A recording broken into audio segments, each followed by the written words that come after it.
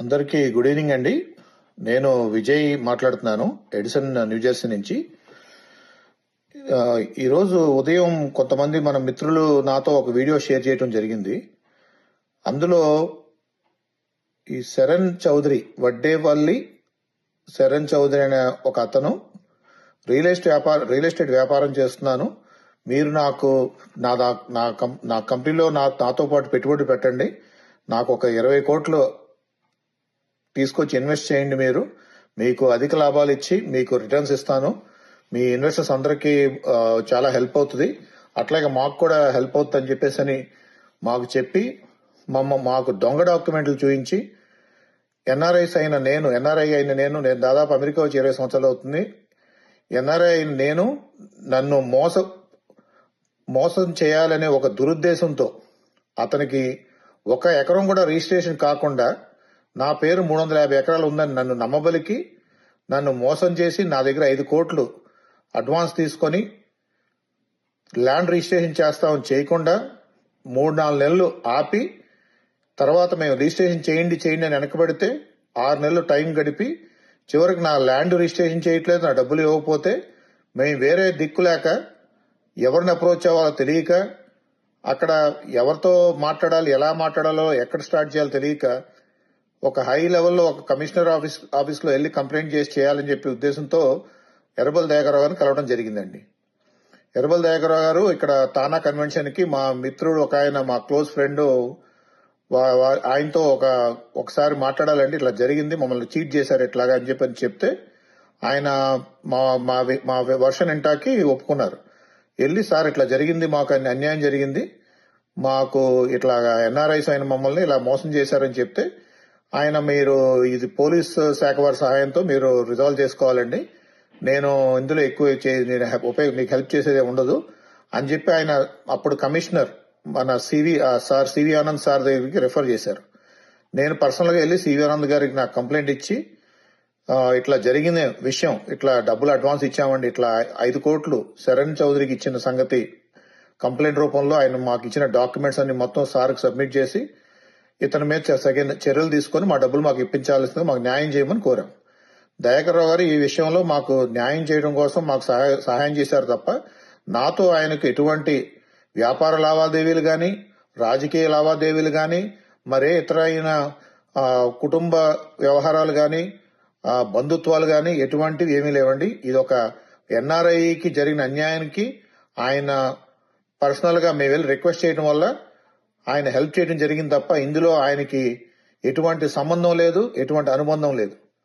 అట్లాగే ఈ శరణ్ చౌదరి అనే అతను మాకు ఇవ్వాల్సిన డబ్బులు మాకు ఇప్పించండి అని న్యాయం చేయమండి అంటే పోలీస్ స్టేషన్ వాళ్ళు మమ్మల్ని పిలిచి ఎంక్వైరీ చేసినప్పుడు మీకు రావాల్సిన మొత్తం 5 కోట్లు మీకు ఇప్పిస్తామని చెప్పి మేము ఎక్స్పెక్ట్ చేసాం.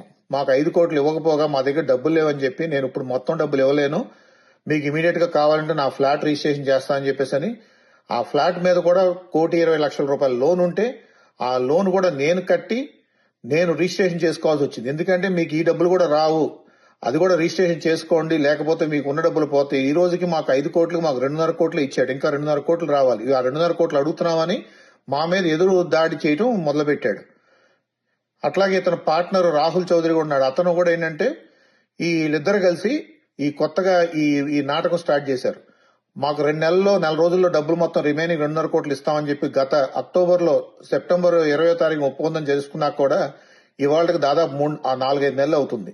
ఇతను దుబాయ్ వెళ్ళిపోయాడు. దుబాయ్ నుంచి ఇప్పటి వరకు మాకు రూపాయి ఇవ్వలేదు.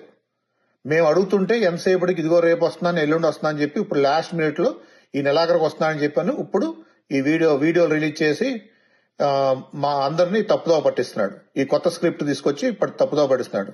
నేను కోరుకునేదల్లా ఒకటేనండి, మాకు రావాల్సిన డబ్బులు మాకు ఇప్పించి మాకు న్యాయం చేయమని కోరుకుంటున్నాం.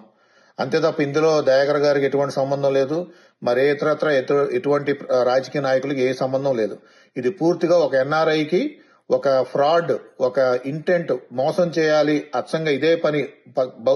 ఇంతకుముందు దాదాపు 10-15 మంది ఎన్ఆర్ఐలను మోసం చేసిన చరిత్ర అతనిది. మీరు ఒకసారి ఆ శరణ్ చౌదరి చరిత్ర చూసుకోండి, ఒకసారి అతని బ్యాక్గ్రౌండ్ చెక్ చేయండి.